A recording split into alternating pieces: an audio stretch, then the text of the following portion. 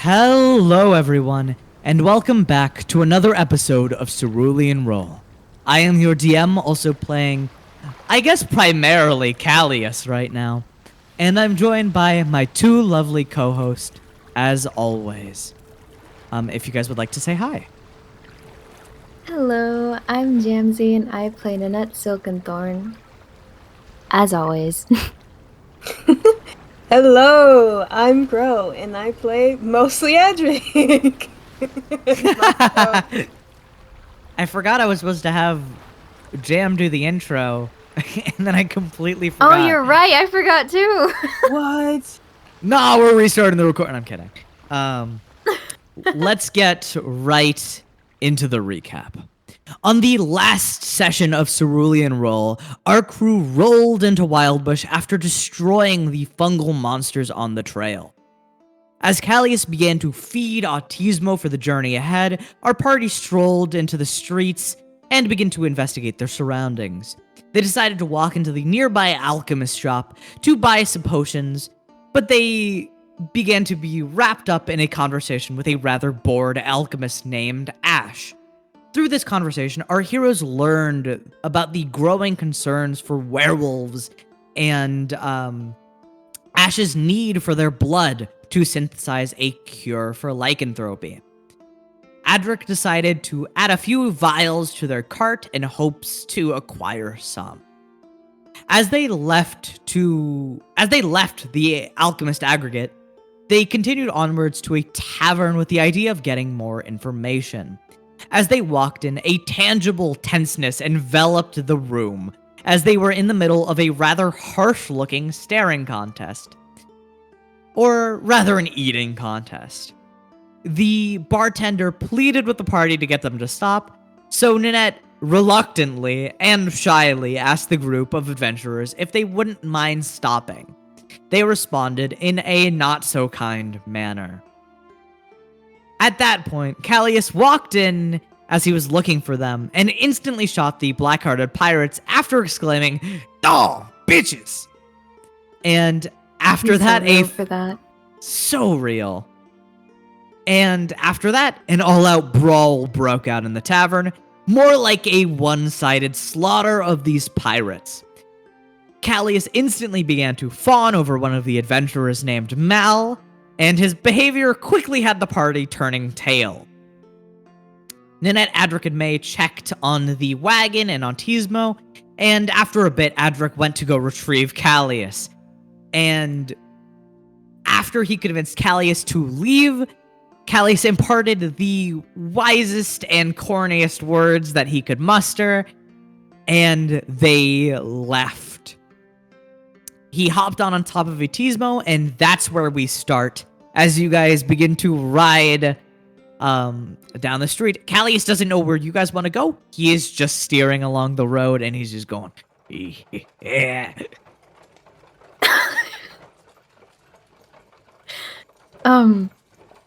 So I'm assuming things went well back at the tavern. All too well. So well. I got her speaking stone. We're on good terms. More than good terms. He rubs his hands together like a little greedy man. Wow. Really? Oh, yeah. It must be the Western charm. He takes off his hat. He does a little bow. Oh, did you tell her about the juggling? Absolutely, I told her about the juggling. Oh yeah, I can't remember when that happened. It's not so fun when you guys talk about it, but, you know, if it works, it works. he like snickers. So only sometimes you feel like bragging about it. I see. Yeah. Mainly to sweet and charming ladies like that. He's like... I see. Oh my god. He is happily humming. Now, where should we go from here? Oh yeah, where are we going? I heard something about some werewolves. Oh yes, the werewolves. They What are talked about those? it in a not concerning way. Uh-huh. Well, what are those creatures, I guess? I mean, they. She told us, right? Didn't it? Yeah, people who. They turn into wolves, big wolves. Ah. Kind of Yeah. spooky sounding. Well, I'll put a bullet in his head and then go back to work. Well, there's multiple of them, and also it can spread to other people. Yeah, if they, Well, if that's they no bite problem you, for me. you're gonna get it. Well, I don't see how that's a problem for us, because you got an arrow and a bow. He's got Eldritch Blast. I got a gun. He's They're got... fast. What? Well, oh. I mean, well, they're like wolves, right? I guess they would be fast. Yeah. We have to keep distance with them or something. I wonder how it would work if I turned into a wolf. I'm already a vampire. Honestly, I don't even know, Vampire but wolf. let's not find out. Vampire Actually, wolf. Well, Yeah, yeah, let's keep that to imagination. Yeah, I won't plan on it. That's for sure. I'd hope not. I think you've already impressed someone enough. Oh, absolutely. I mean, I don't think it'd be impressive to turn into a massive... Wait. no. Gallius. Okay. I'm so scared for you. How scared far me does too. your love go? Farther than you can even imagine, May. Farther than you can imagine. May just like sighs. Well, something don't change for other people. Anyways, next location. And yeah, where are you going? Alright, we're gonna go somewhere other than the. Do you remember what the places were? Well, I can give you guys a rundown on it real quick. Yeah. You had the tavern, which you've been to, the alchemy store, which you have also been to. There is the inn, and there is also the very outstanding jailhouse. And you would remember that Ash did tell you that there is a werewolf down there. And that is about that. Oh, there are also, like, you know, your basic buildings, the churches, the whole rundown of a town. Yeah.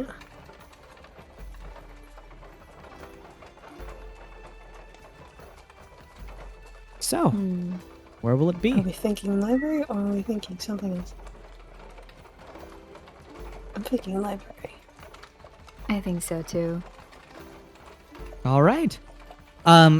You guys begin to walk ahead of Autismo. He's doing a very slow trot around town as the wagon is being dragged behind him. And you begin to steer Callius into the way of the library. You see, this library doesn't look too well used. It's very rickety. The wood is splintering in several places. There are signs of age and decay that haven't been really fixed up. The sign is hanging from one singular rusty chain. And as you guys open the door to this tavern or this library, sorry, and you guys walk in, you see the inside's a little bit more cozy and maintained. It's rather small in here. There are like a series of 6 bookshelves on either end, with the walls also having books on them as well. You would see to your immediate right that there is the librarian there. Looks to be like this old gnomish man with a big, hefty beard that is twirled into several knots. And he has these glasses that are almost the size of his whole noggin. Oh my god. His noggin. Oh, some big glasses. You see that he was like kind of slumped over, and then he like turns around and he goes, "Hey, who are you?" Oh, hi. "Hey, hello. Are you here to study some books?" Yeah. "Oh, grand. Nobody here reads." Oh. Really? "Oh, absolutely not. I think the most that this library gets is yearly eggs thrown at it. That's about it." Why? "I don't know. Kids hate reading, and parents don't bother." That's Goodness. unfortunate. Very. I mean, when you could die the next day, I don't think many people really care about getting smarter. Dang. Yeah, dang is right. I've lived this long, so I'm pretty good with sitting inside of a library and studying up on a good book. So, what can I do for you?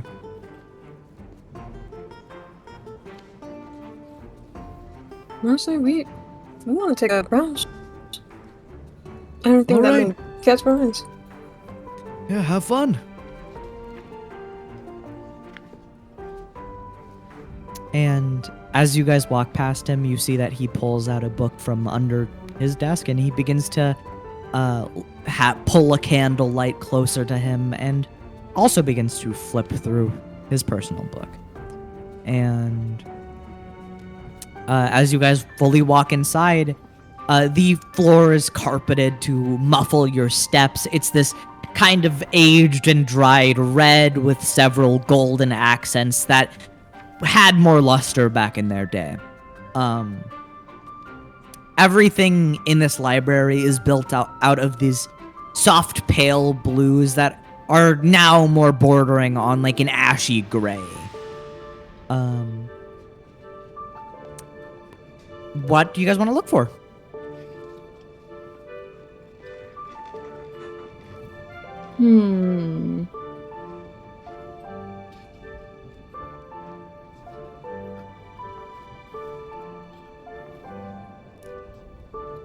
There's nothing really specific. I do want something that catches the eye. Okay, so I'm gonna say, you can just roll a, I'll say an investigation check. Nanette, if you want something more specific, do let me know. What the hell?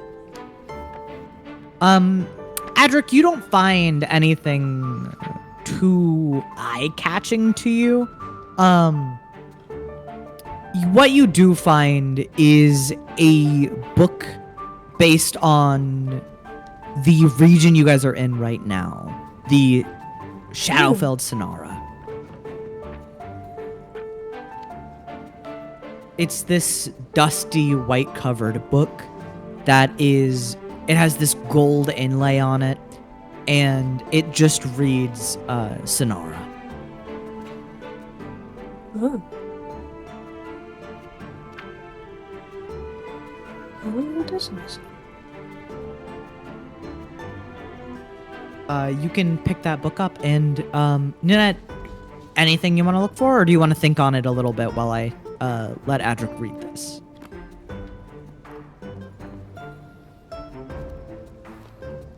I mean, based on what we talked about before, I think I want to look for a book about the gods. Okay, definitely roll me an investigation check.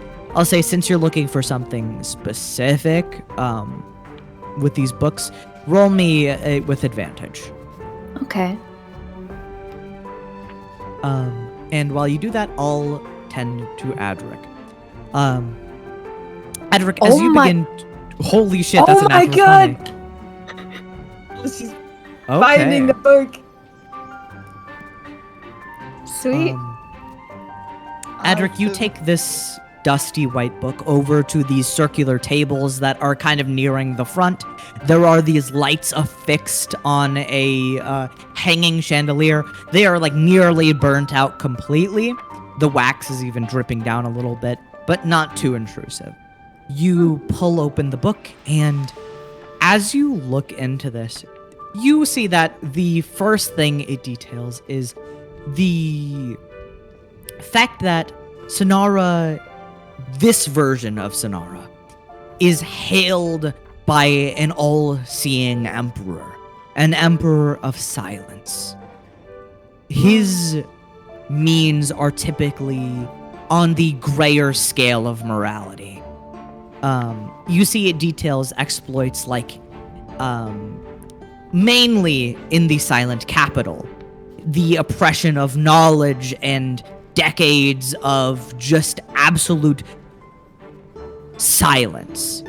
If noise was uttered within the silent capital, you would either be exiled or you would be put to death. Oh, good. The Wordless King is what he was called. And you would see a sketch of him, and you would see in this grandeur, this white silky robe that is in tatters and peeling down a skeletal body. There is... This is a complete skeleton. You see that its mouth is melded together as the teeth are sewn together. They look like they are so melded together, it's almost like melted wax. You see the sides of his head are completely caved in, and atop his head, not sitting on top of it, but melded into it also, is a jagged crown of white bone. Oh, wow. They say that this man bears the crest of famine, but the thing he stops providing to people, the thing that he prevents people from attaining, is sound within his domain. That's No child may scary. speak. It is very scary. But he is the rightful emperor of mainly the silent capital. The silent capital. And I'd say that's about all the information you get about the Wordless King. And it just basically details about places you have seen already, like the rise of the Obsidian Kingdom, its founder, the barbaric king who has lived 100 years and more. His exploits through conquering the land, shedding blood in the name of people who he loved. He built a civilization to make a safe haven for people in Shadowfell. Oh. But he was also a ruthless conqueror who set his eyes on all the land in Shadowfell. But he was pushed back in his boundaries. Goodness. And I'd say that's the most you're gonna get out of this book. Mm. And Nanette, with your natural 20, which one of these Go, gods do you Nanette! want to know about?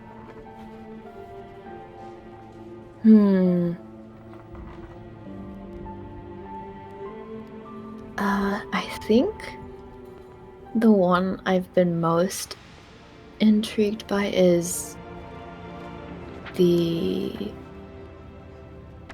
If I remember the names correctly, there was... One of them was the compass, right? Yes, there is the compass, the depths, the tides, and the stone. Yeah, I think the compass was the one I was most intrigued by. Oddly enough, the compass is the most common book in this library. You find several Oh, books detailing the compass. okay. You take it over to the table with Adric, and you also begin to read. If you want to read this out loud for Adric, I would say I'll read it to you, and you can detail what you find to Adric. Or I can let Oh. you read it. Oh, really? Yeah, you want to read it? Story time. Oh, okay. Okay, I will send you all of this. Oh my Since goodness. you rolled a natural 20, I'll give you what I have. Clean roll. Okay, I wasn't expecting this. This is the most common god as well, so that's why there is an abundance of literature revolving this god. This is all you see. Oh my god. Whoa. Okay, I see a word that I don't know how to read. Progenitor? It's Progenitor? progenitor. Yes. Okay. For context, that means the creator. The progenitor of the ashen seas and the luminous wild sea, red strings of fate connect and weave through every plane of existence. Even after you die, your string is not cut.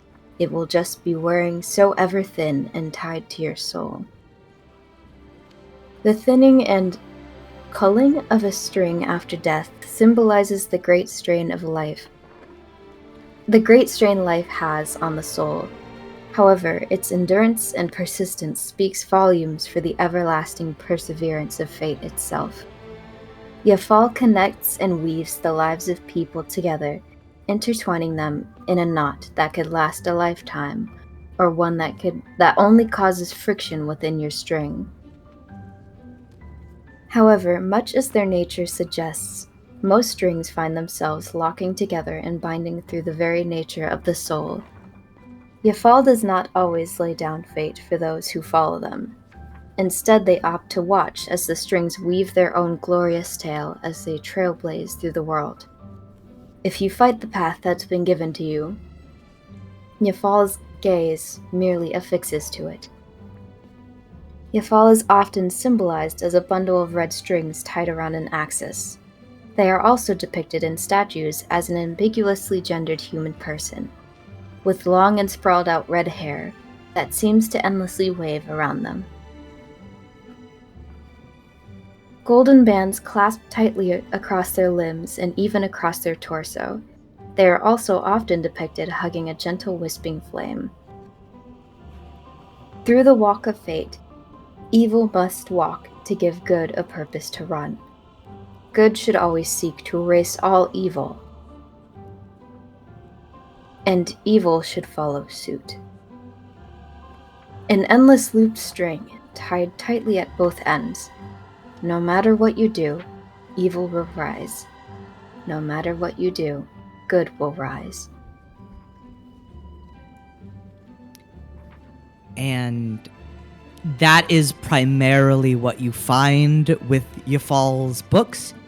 It is basically the message of an endless and boundless fate that you cannot control. But you can control it at some points. It's very interesting.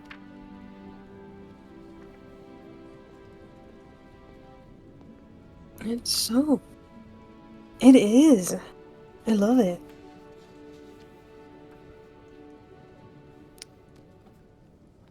And Yafal, you would have seen pictures of Yafal, and they are this, again, very ambiguously gendered person with flowing red locks that seem like a sea coming out of her head, out of their head. If you want to roll me another investigation check for any of the other gods, I will say you'll probably have to do it with just a flat roll. Alright, sure. But Ninette, does anything resonate within you as you were reading that book? As you were reading that book? I think you might have noticed, but that last passage really it's relevant. Mm-hmm. It's been there since the beginning. That message. Yeah. And also just the whole, like, lack of control, but also some semblance of control that Yafal adjusts to. It's very interesting. And if you would like to roll me that investigation check, this time, Adric, if you want to read the book, you can.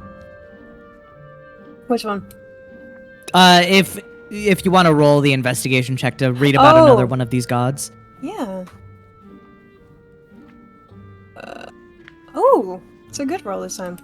Oh, very good roll. Okay, who are you interested in? There's the depths, the tides, and the stone. Ooh. Both the depths and the stone interest me. I think. Huh? No, it's up to you.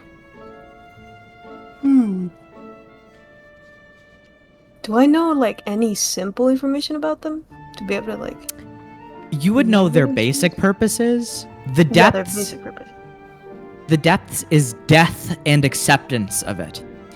The tides is life and forgiveness. The stone is inner and outer strength. I think depths interest me. The depths. Okay, I will send you a big old chunk of text. Oh, goodness. Yeah, sorry about this. This might be longer than the first one I sent. Uh-oh. And I will send that. But that's okay. That's okay. Here you go. Let's see. The endless ocean depths. They stretch downwards, and even in the clearest ocean, you begin to get lost in the enveloping pressure of the depths. The depths provide sanctuary to those who wither away, but just as every ecosystem depth provides life to others, dying can be fearsome and scary, but in the end, there is nothing you can do other than accept that fearsome fate. Ooh. Morse takes great pleasure in his job, not as the ender of lives, but the lighter of souls. The warm ferry ride down the river of celestials. Morse has been said to talk to those who have died, said to have talked to those who have come close. Not many people get the chance to be revived from the celestial heavens, however. Those who have say, Morris simply just talks about your life as you find your new soul sanctuary, an eternal dream shrouded in the depths of the sea. Those who follow Morris do not fear death, because they know his eternal kindness preserves amidst the darkness and depth of his deep ocean. Morris is often depicted as a tall and slender Triton man. Ooh, a Triton! A Triton, I love my fish. Yeah, fish! With hair that trails down his shoulders like a rolling ocean fading from a dark blue with a gradient to lighter tones towards the tips. His eyes are often soft and complemented by a smile affixed below his sharp nose. Morse is often symbolized by a shell tucked into sand. The shell symbolizes the rigid strength of living, but a grim reminder of death to be faced. As death's lumber with its echoing pressure, the weight of life is accentuated. I think that's how you pronounce it, right? Accentuated? Yes, it is. Accentuated. Yeah. Despite all the agony and the stress you endure in life, one comfort can and will remain. You shall slumber one day, sweet child. Find comfort in that everlasting dream come, and accept your fate. May your fall strings down the path. Whoa! Oh. You see, as you were reading that, May's looking wide-eyed and shocked. Is there something you like about this? Or is it terror? Both. Oh. You know what, fair enough. Oh, what a chilling way to describe life and death. Well, yes. Pretty right. I suppose it's Especially just what comes with life. Yeah. Yeah. At least he's nice about it. Yeah, buddy, it's we'll like make you're sure being tucked into bed. Good. May just like slumps in his chair. You know what? Let me find the one about life. I bet she's. I've been praying to Trelassa. I don't know much about her, but let me just look. He like frantically runs around. Please. That's my a God. 21. He can find a book about He's her. finding it. We're very good at this. Yeah. I love that my lore is getting out. I love that my lore is getting out. Lord. The vicious and wait, I should read it in May's voice. May brings this book over to the table. He puts it down. He like does a quick prayer real quick. Please be good. Please be good. Okay. Whew. Ah. The vicious and relenting tides. Their reach knows no bounds. They crash, they strike, and they envelop all within their reach. Many breach her surface, gasping for air. But they... You do it, buddy. I'm already seeing where this is going. But they still stand at her mercy, for no one else will take mercy on you besides her. Oh God. Trelassa is a tempestuous goddess, one of extremely high highs and the lowest of lows, chasing right behind you. A follower of Trelassa must follow their whims, but one thing is absolute with them all. Her champions, her followers, and her children must stay strong and endure the weights of the world placed upon them. Persevere the erosion her toll takes on them. They must curse her in the moment. They may crumble and cry, but they might be swept like a pebble within a great tsunami. But those who persevere through it all, those who stand with scars tattering their body as life has worn them down, will often thank, beg, and latch on Trelassa's gift of life. But Trelassa cannot do as she please, as her lesson has been taught and etched into one soul. Her followers must be taken from her. Just as Trelassa has scarred Moors and her own son Ishi, she must now abide by the perpetual turning wheel set in place by Yafal. Trelassa fought for all creatures to be immortal, to be limitless, to be able to live freely. Her son, her husband, and her best friend all fought a violent battle against her, one that she lost. The creatures she gave immortality to were burdened by weakness, burdened by agony one with eternal life could only feel. Trelassa has various depictions, often all accompanying each other within the sacred churches she owns. One of a fierce warrior with short hair that splays across her head, a sword tightly held within her grasp as she looks onwards. One of her crying with long hair that spills out to the soles of her feet, clutching onto a child. All iterations of her have soft cyan hair that has vibrant white streaks towards the tips of her hair, looking like sea foam on the edge of a wave.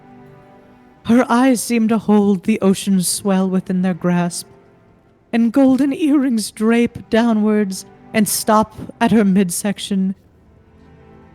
The features are reminiscent of the elven race. And it says here, swelling oceans beat across the lands, place their weights on the depths below, and reach towards all they can see. Ideal in nature, but wrathful in its own endless passion and unpredictable dance. But what is more unpredictable and hurtful than life itself? Won't you forgive her? May just like closes the book and just like slams his head onto the table. Oh. Wow. Oh goodness, that was something. Sad. Very.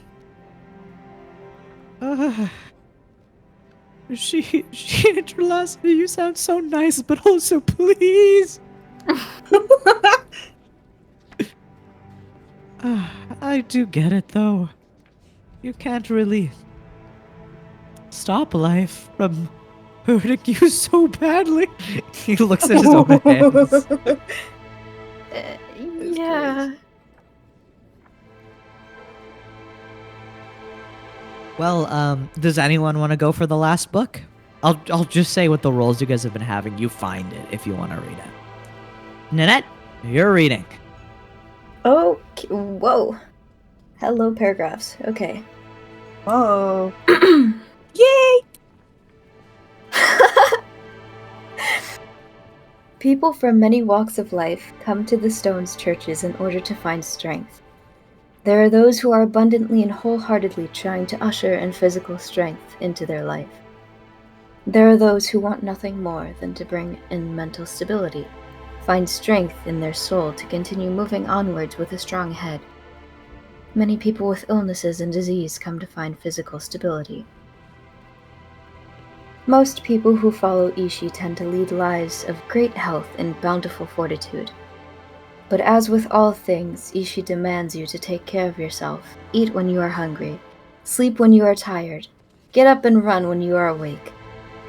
To be as strong as stone, you must first reach a level of stability inside of your head. Find inner strength to continue pushing through the great pains of life we're thrown at you. You will feel like you want to give in. You absolutely will feel distressing agony. Ugh. But to stand up and hold your head above the erosion of life is where true strength lies. Ishi is often depicted as a rather large and imposing man, defined muscles that almost look like lines running through his entire body, separating the groups of muscles individually. His ears are elongated and covered in spines like that of a triton. He has wild and curled hair that starts off as messy and white towards the top of his head, and gradient all the way into the deepest blue. Two gray pieces of rock-like coral strike through the white hair. Ishi is symbolized as a polished rock with sides so shiny that they hold reflections in them. Cracks may persist through it, but its strength makes those cracks nothing more than a scratch. The stone stands amidst the erosive waves of the ocean. Even if it wears away its strong and sturdy composition, will proceed to stand above all and persevere with astounding strength through the onslaught. Even if you tremble and quake, even if you fall into obscurity and nothingness, into the beatdown of life, reforge yourself like magma and come back stronger next time. Oh, I like that guy. I really like that guy. Oh, Very cool. I think that guy's awesome. Why, actually? Changing religions. I mean, well, okay. Whoa. That's a big step. I mean, to be honest, I didn't know much about Trelassa anyway. But, Fair, Ishi seems like a man, I could definitely aspire to be. Definitely. Yeah. And I'm gonna say this entire time, the second you stepped into this building, Callius realized where you guys were and just fell asleep on the table next to you. Oh my god. Wow, he's very disinterested. Very. I don't think he's ever picked up a book ever. No, he doesn't look You like might it. be right, actually. Maybe if there were books about cowboys. Oh, maybe you're right. No, I think he'd get books about how to talk to women. Yeah. Well, actually, maybe his ego is so big that he'd feel like he wouldn't need No. it. You know what kind of books he'd have? Those cheap pickup line books. You're so right. I could see that for him, yes. Callius, Just look him up. opens an eye and goes, "All right, I see how it is." Actually, again, maybe his ego is so big that he feels like he doesn't need it. I'm awake. I know. He squints at you. All right, I see. He just walks up to the table, like puts his hand on it, and just looks at you. Are you ready? Did you get what you need? Yeah. Yeah, I think so. I mean, am I really wrong? He looks to the side for a second. He thinks. Well, first of all, I have read books. Not about pickup lines, no. And that's not an ego thing. I just preferred the tales of one of my favorite heroes. That's all. Ooh. Oh, really? Oh, that's kind of cool. Yeah. I prefer to read about her than anything else. Huh. Well, who is it, if you don't mind me asking? Oh, well, I don't know if you heard of her, but it's Cassidy Holdenheart. Ooh. Huh. Wait. I think I remember reading something about her. Oh, yeah, she's like one of the coolest cowgirls ever to ever. And she's been a real big inspiration for all of this. And she was also my neighbor. She was your neighbor. She was your neighbor? Yeah, how'd you think I learned to sling guns so good? Huh. Us? Yeah, very. my daddy used to swing around a sword. I wasn't too much for it. So, I picked up a few things from a neighbor. Whoa. Huh. Pretty Yeah. cool. Her and her husband are crazy. They are some of the strongest people I've ever even interacted with. But some time ago, they just kind of picked up an abandoned ship. I didn't see them for a while.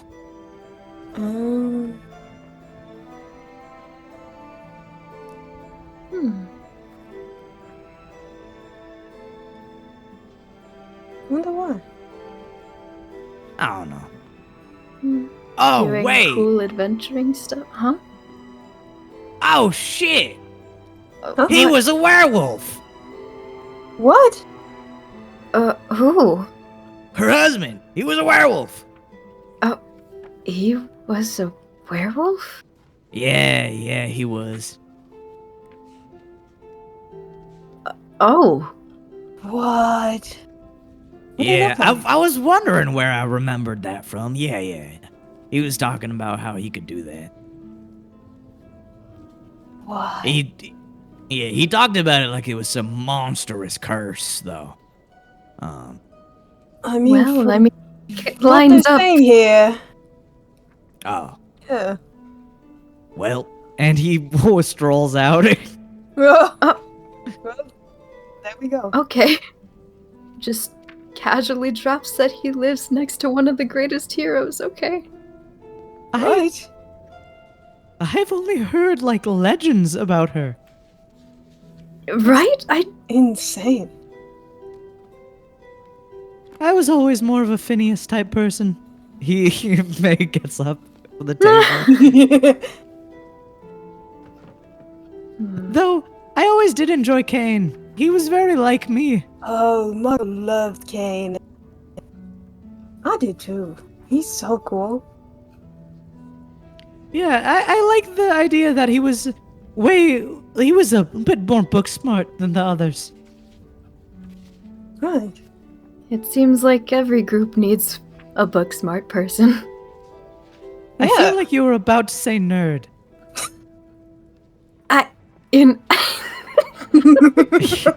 It almost came out.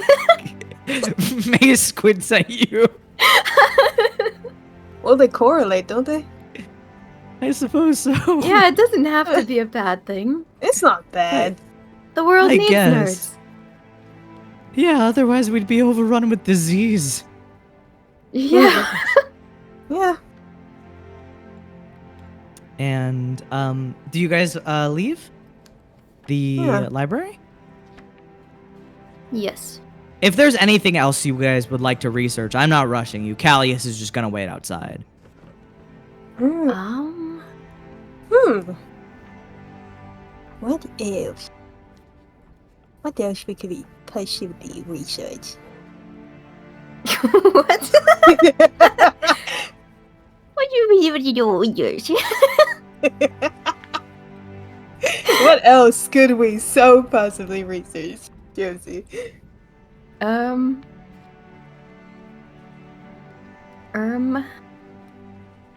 what the skeleton?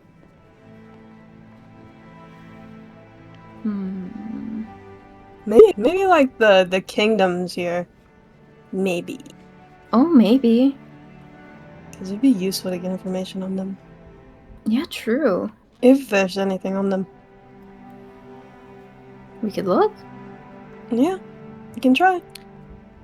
So what exactly are you looking for? Like, the other kingdoms?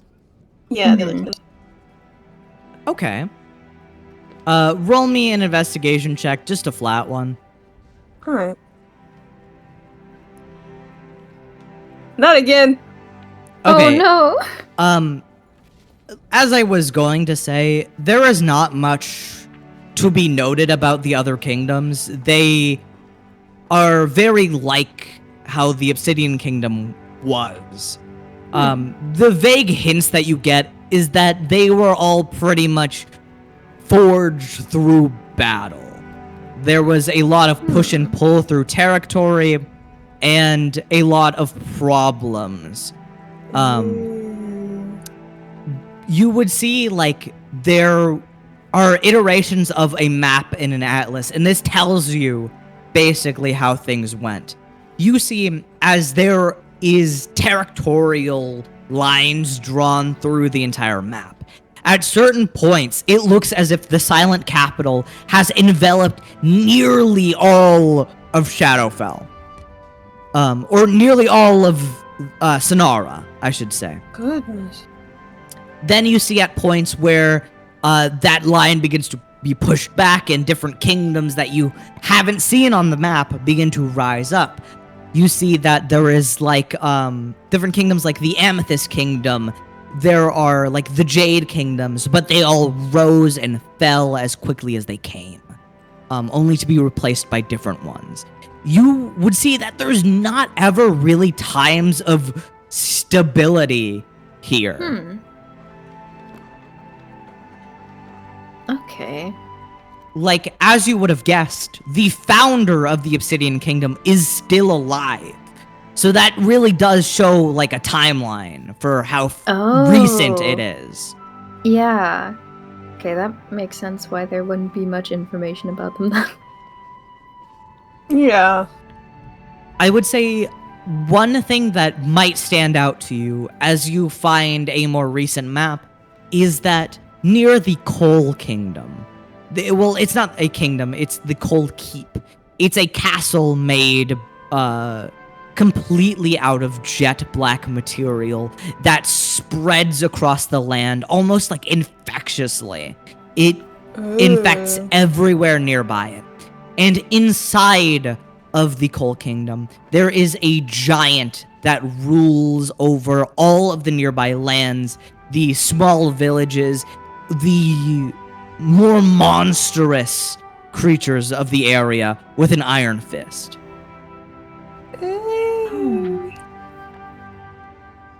Freaky. Intimidating. Very. Other than that, you basically just get a bunch of info of wars that have waged. There are battles that were lost. And there is, like, gaps between the knowledge as things begin to get erased, as is the nature of the Silent Capital.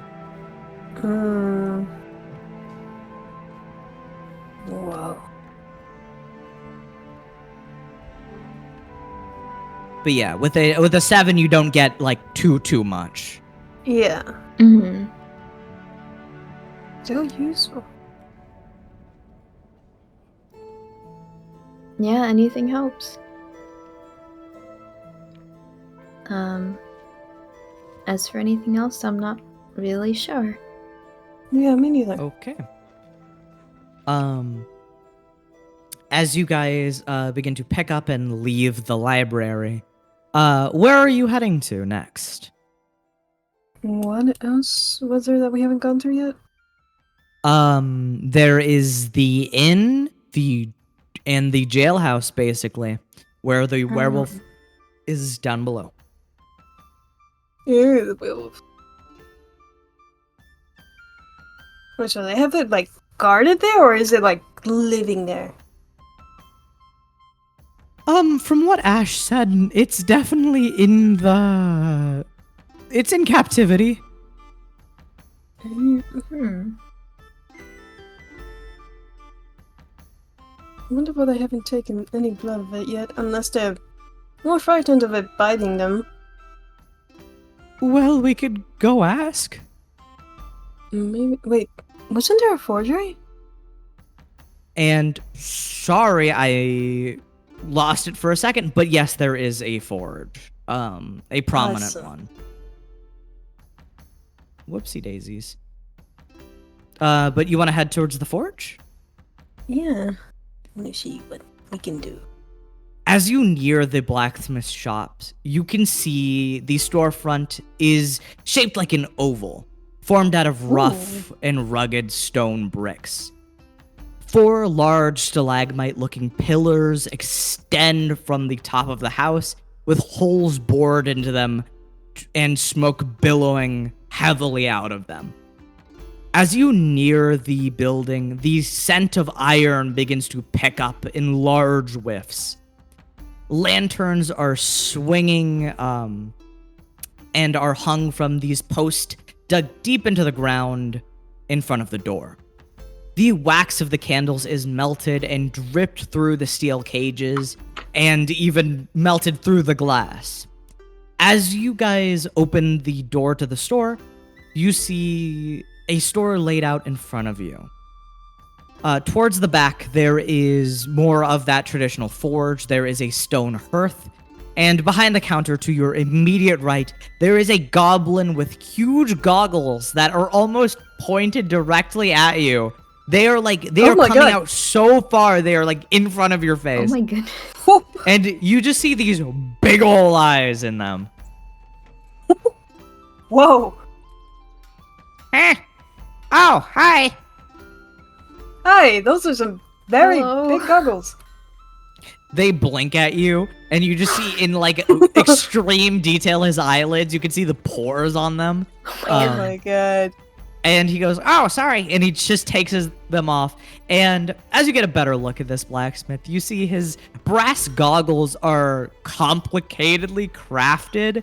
They are like made of interlocking segments, and as he takes them off, it reveals a shining bald head towards the front with 6 locks of hair that is standing straight high into the sky.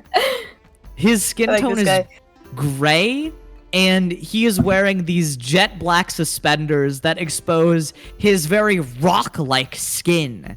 And he looks at you and goes, "All right, what can I do for you?" Okay.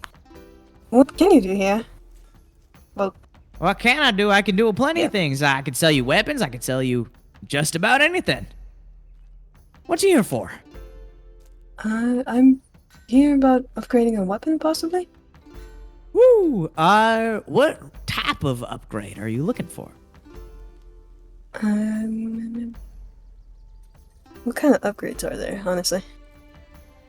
I could do a magical upgrade. It might take a bit. I could add some silver onto it. Ooh, silver. Magic. Yeah. The magic upgrade's gonna cost you a fair penny, though. Wait. Yeah, it's gonna cost quite a bit. Yeah, I'd say about, He begins to, like, think a little bit, tapping his chin. I'd say right about 1,000 gold, and then I would have to take it for a couple of days, maybe like 3. Ooh, That. No, that's too. Fine. Do you know of anything that could help us out if we were to come across the threat here? I think you know what I mean. What threat? The wraiths, the displacer beasts, the werewolves, The what now? The wraiths, the displacer beasts, the werewolves, the cannibal raid, tribe, the the orcs. cannibal tribe. What? What? Eh? You don't know about none of that? Raids? Displacer beasts? Cannibal tribes? Yeah, it's all in the Bloodbrood Forest. What? Y'all didn't know that? Where'd you come from?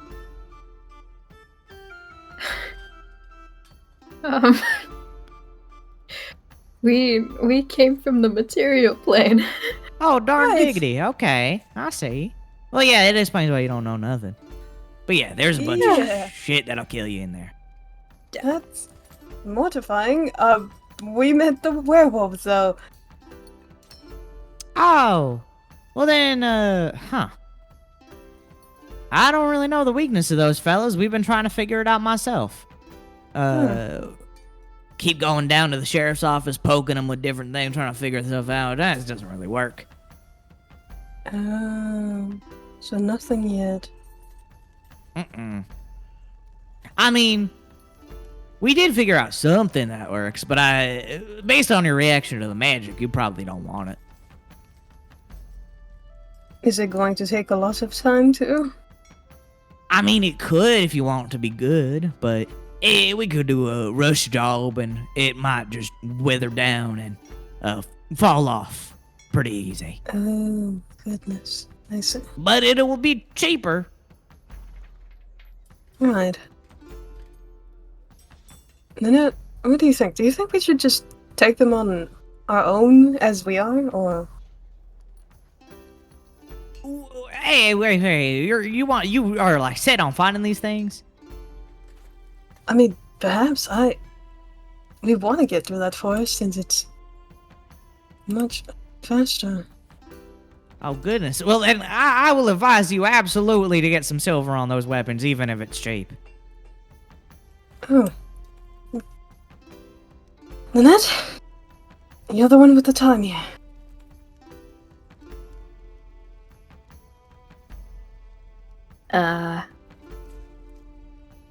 Sure. I mean, if that will help us, then.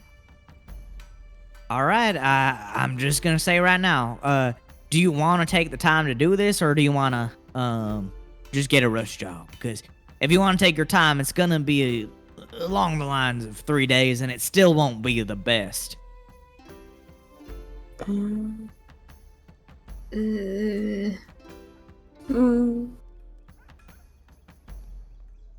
To get some real good silvering job done, it takes about 10 days to get it fully inlaid. Oh, goodness. Yeah, it's not something in your interest, I know. But, Right. yeah, I could do a rush job, in 3 days, and that'll last a couple of days, at least long enough for you to get out of Bloodbrood. But if you just, I will warn you, it is risky to just, get a one and done. Right. We'll have to think about this for a bit. I will let you know it's not impossible, especially for you, little missy. He like points at Nanette, and you would see that he, even standing on a stool, he is shorter than you, Nanette. I see that you have a quite fine bow right there. So here's what I'll say. I can get your arrow silvered. That's not too much of a complicated process.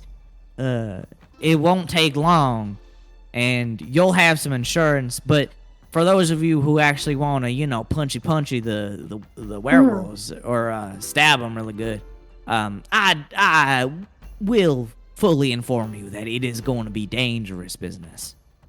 Right. Then maybe it's better for you. Well, I do have other options. You can fight with some pre-silvered weapons. They're not costly. Well, they're not that costly. Uh-huh. Oh, They just definitely won't fit your hands as well.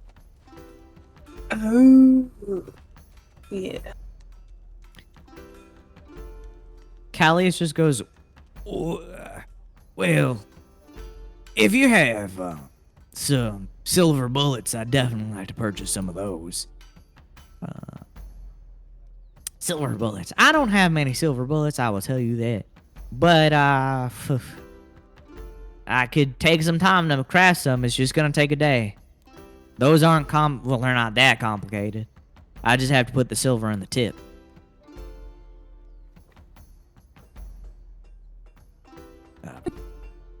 That could work out for you guys.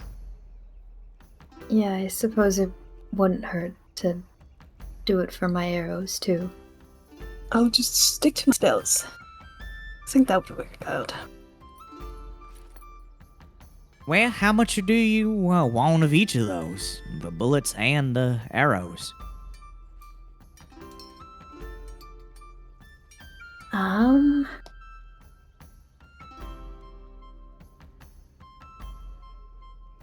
Hmm.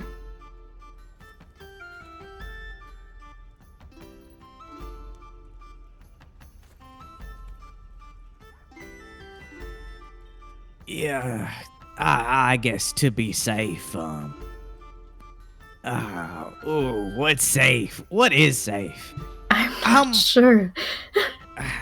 Honestly, yeah, because we don't know how strong those are. Yeah, and I don't know how many times I might potentially, probably not, miss. How much? I'll just give you all my money. How much would 200 get me? That'll get you right around 20 bullets. Oh, all right. 20's fine. And Callius pulls out 200 gold and hands it to the goblin. Goodness. Yeah, that's all I got. So, yeah, your silver and arrows is gonna be something you might have to handle.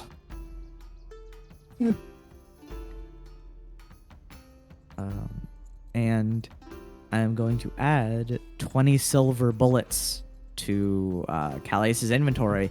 And for this, Nanette, you will have to keep track of how much ammo you're using. Mm-hmm. Because you will be using silvered arrows. Yeah.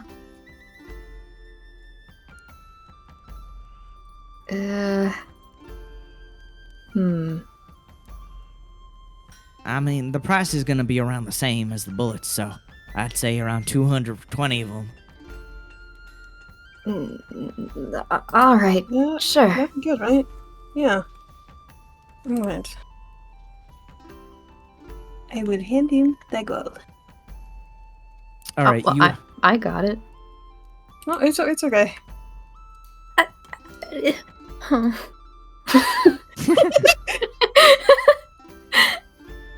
All right, you hand over the gold, and he goes, all right, I'll just take a bit to work on this, and then you come back at the end of the day, and I'll have you some nice silver arrows and silvered bullets. I will say, you're getting a deal on the arrows. At least those can be picked up afterwards, if they don't break. Mm. True. Yeah. Thanks, though. Right. Yeah, if you guys want your weapons crudely silvered, I can definitely do it still. If you are fighting more melee, I can do... It's gonna be around the same price as the arrows. It's gonna be 100 each for every weapon.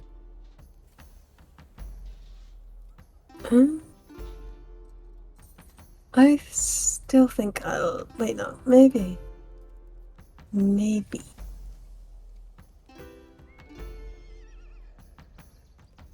What these daggers do? I could handle those daggers for a bit and see if I can throw some silver on it. Yeah, I'll see what I can do. I'll just warn you again. It might break off and fall off. It's definitely not going to be anything permanent, like it would be. Right. I think that'd be good for a little bit before I switch back to my spells. All right. You hand over the daggers. Net, you hand over 20 arrows. And Callius dumps out 20 of these rounds. And May just goes, "Do you think we should maybe see about Eldorus's weapon?" Yeah. Because if he ends up waking up and he can fight, I think we're gonna need he's him. a deadly hitter. Good point. Johnny, how are we gonna get that thing? It looks heavy. Yeah. Yeah. An anchor. You want a silver whole anchor? Probably not, which is what is very not. Okay. Here's what I'll say. And I could maybe do the certain parts of the anchor.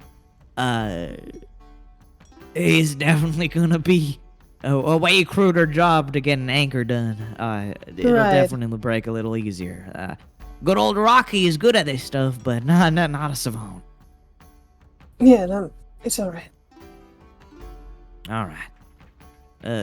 Do you mind showing me where the anchor is? Sure. Who's swinging around an anchor nowadays? He says as he's getting off a stool. Very crazy strong man. He swings open the little desk, and he follows you guys out to the wagon. And is it in there? Yeah. Yeah. He gets inside of the wagon. Sorry, I hope you don't mind. No, it's alright. Just He gets in, he looks at Eldorus, and then he looks at the giant anchor, and he goes... He turns to you guys. All right. Here's Yeah. some. Fits him very well, doesn't it? That guy's muscles are the size of my head. I think he can definitely swing it. Yeah. He's also glowing, so I'm a little afraid. All right. How do I even? He like looks at the anchor and he just goes, "All right, I'm tough. I got muscle on my bone. Let me. Do you need help? Let me see if I got it first, okay? Okay. I might be a little old and but hey, I'm a strong smithy. I can maybe do it. Yeah, you're a smith. He's gonna have a like +3 to whatever I roll to you guys.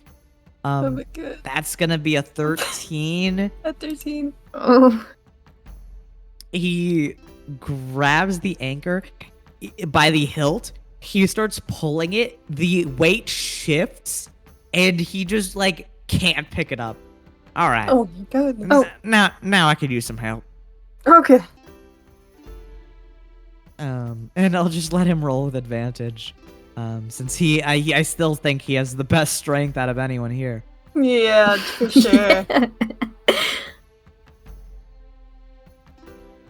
He rolled worse. He rolled a 2 and an 8. oh my god. You all like feel the weight of the anchor, and it just like pulls down at the earth, and you guys can't pick it up. Oh, this thing Goodness, is how does he heavy. carry How does this he- around? Right? Before we have a JoJo incident, Yeah, right. Ugh. How about we just get Eldoris up? Up? And like wake him up. Just have him do it. Are you sure? Are you sure? I don't know. He's not looking so bad anymore. I think he should be able to handle himself. I mean, maybe, but As you look at Eldoris, he doesn't look like that bone thin anymore. He doesn't look like he doesn't have those like eye bags or that tight the tightness of his flesh. He looks better. Oh, question is, how would we get him up? we're not touching him again. Yeah, I kind of learned my lesson on that one. Huh? I slapped him and he woke up and he called me weak. Yeah. That ain't Oh. funny. It's kind of funny. All right, how about you do it? No, I don't want to do that. Yeah, because you wouldn't be able to wake him up either. I can admit that at least. Well, Do you I'm think good I with can the make him guns. sneeze with a feather? You probably. Yeah, maybe, yeah. I It's can less try. painful. For sure. You know, I think it says a lot that the first thing I thought of is punching him. Probably. Yeah, Do you wake people up like that? Not normally, but he sleeps hope good. you Like, he don't. sleeps deep. it's either that or scratching him. Gao, Let's who's not do that. sleeping, he's like rolled over on his tummy, sleeping. Or Oh. no, his tummy's facing the sky as his leg is twitching because he's dreaming. Oh, sleepy little creature. But Adric, roll me this you know what I'll say? Roll me a sleight of hand Sleight of hand. to, You know to what? tickle him. A Cucumber 14. really quick. I'll be right back. okay. Cucumber. Today we present cheese and macaroni. I don't know where that came from. I think I'm just hungry for cheese and macaroni. Oh my god, cheese and macaroni sounds so good right now.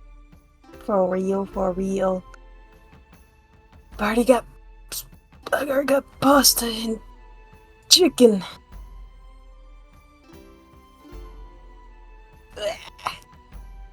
There goes my spine.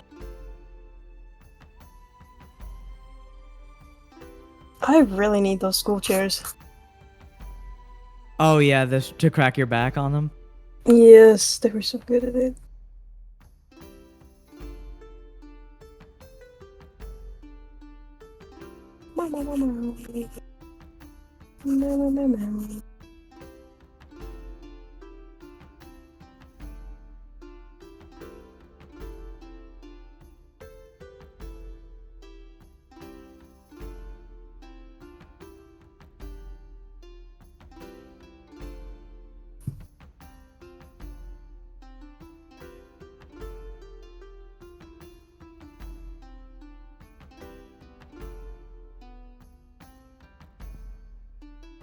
Man, you guys rolled so good at like researching the gods. Like holy shit. It's That worked so out for me. absolutely. We get to get good rolls and lore, and you get to tell us the lore. How do you feel about them, the gods though? They're so interesting. Like I wish I could have learned more about them because they're like so cool. Absolutely. My favorite one I think is the depths. I love the depths, but I also really love the compass. I love Yafal. They're Yafal's so cool. philosophy is so fun. It's so fitting guys. for Nanette too. Yeah, Yafal is a god designed for Nanette in mind. Yeah, I can tell. I can see it. I can see why. I did that. I like the plans for them were before we started Cerulean Roll, and it's just so fitting now. Yeah, I was Yeah. specifically interested in Yafal because I knew that it would call to Nanette, kind of. Yeah. Yeah. If you ever want Oh. to, pursue a religion in D&D, it's never a bad thing because gods Yeah. are real. They only give you Fair. benefits. Yeah. So it's something to keep in mind. Definitely I sounds definitely awesome. will. Like, Since we're gonna go to the church after this. oh, absolutely. If you guys want to go to the churches, yeah. How do you What? How do you like just start worshiping a god? Simple daily prayer. Just when you have free time, speak your mind to the deity, you know? It's not always like a big grand sacrifice like a paladin Yeah. would, but it could just be like imagine this. Nanette is stuck between like the whole why is Delir the way he is now, and I am really scared to find out more of Eldorus's everything. Mm-hmm. That would be something that you go to Yafal with, and you'd be like, please just guide the strings in a way where I don't have to come to anything bad with either of them, you know? Yeah. Yeah, that makes sense. Like it would be just a grand prayer. I mean, obviously Yafal is a much more distant god, but still a god. Mm-hmm. But where were we? Oh, tickling Eldorus's nose. Mm-hmm. Oh yeah. With the feather. You take a feather, you begin to tickle beneath his nose, and Eldorus sneezes, and he just goes, "Hey, Joe!" Good morning. Hi, Eldorus. You're looking much better, thankfully. Thank you. Why am I awake again? We kind of needed your help with your weapon. For context, the fastest way we can get to the next area needs for us to go through a, dangerous area that may have werewolves and several other creatures that concerning. What the Very hell is a much werewolf? concerned. You don't know what a werewolf is? You know, I didn't even No. know that much either. Yeah. Person turn into big wolf person. Yeah. Crazy wolf. And if they bite you, you also turn into one. Oh. Oh. Yeah. Well, okay. And then what do you need my weapon for, specifically? We needed it so that we could all get like some sort of like at least a bit of silver on it, since that's what you think affects them, right? Sir? That is the most running theory, yeah. Silver has been the only thing to really cut them, but silver is a very frail material, so not really weapon stuff. Yeah, Oh, well. but could still be okay. helpful. Eldorus, like, grabs the anchor out of, like, all of your hands and lifts it over his shoulder with ease. And he carries it out. That guy is strong. I see why he's swinging around an anchor now. Very much so. And Eldorus goes, Do I just take it in there?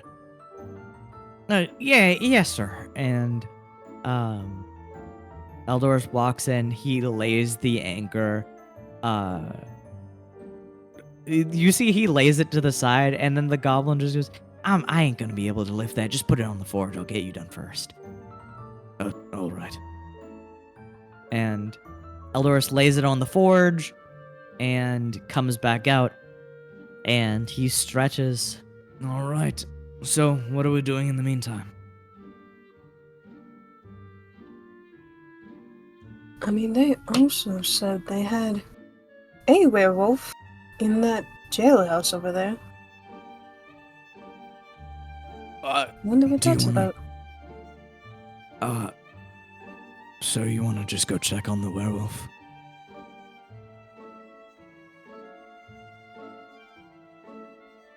Oh, I think it'd be good if we went to go see the werewolf personally.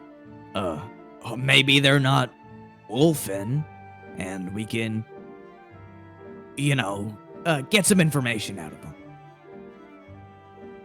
yeah, I think that would be good. Yeah, hopefully they're not Wolfo mode. And he. Wolfo mode? Yeah, like Ratto mode. Like it's Wolfo mode. Oh, is that your thing now? He looks down at his hand. No. Oh. Oh, okay. I really prefer Ratto mode. I don't want to get in any business about being a werewolf. No, I don't mean that. I just mean like saying animal O mode. Like is that a thing now? He tilts his head. Why Like- wouldn't it be? Oh, well, I don't know. I think it's cool. I agree. Yeah. May gets into like a shonen power stance and he goes, Wolfo mode! The Wolfo mode. Callius just starts cackling.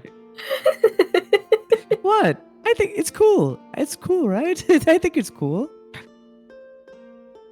Yeah, it's unique.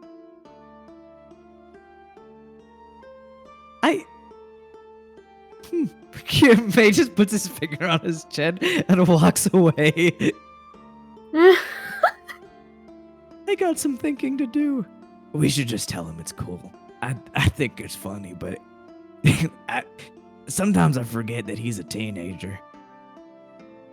I mean, it is unique. Uniquely funny.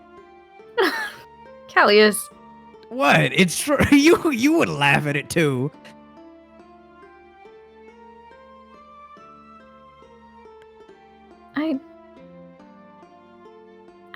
I think we should just let him have his fun. Yeah, I think the same thing. Wolf mode. Oh, he's such a nerd. I like him. I agree. And Callius gets back on Autismo and begins to take the wagon, following you guys over to the jailhouse. And as you guys maneuver all the way over to the jailhouse to begin... Oh! Sorry, there's something I forgot I wanted to do. I was wondering if I could just, like, before we get back into the wagon, if I could just, like, pick up, like, a rock or something so I could, like, carve the symbol out of the rapier. Yes, you pick up a loose stone from the road. It's like littered in stones. It's not very hard. Mm-hmm. And you pull it into the wagon. And on the way there, you slowly begin to scratch it out. I'm going to say the efficiency of doing this is going to be based off of...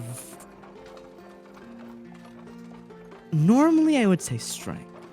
But it's basic friction. The faster you go, the more it wears away. So we'll base it off of your dexterity. So roll me a dexterity check to see how much you get done in Thank this God. one. Yeah, right? I'm about to be mean to you. Okay. Oh, easy. In one sitting, you begin to buff out the symbol of the Blackheart Pirates from the hilt of this rapier. And the hilt does look rough. It's it's a rush job. It's not polished anymore. But certainly better than before. Yeah.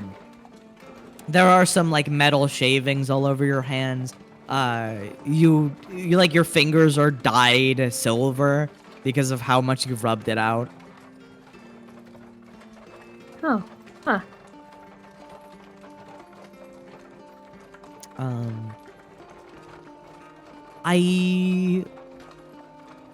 Yeah, I think this is a good time to end the episode as you guys maneuver your way over to the jailhouse.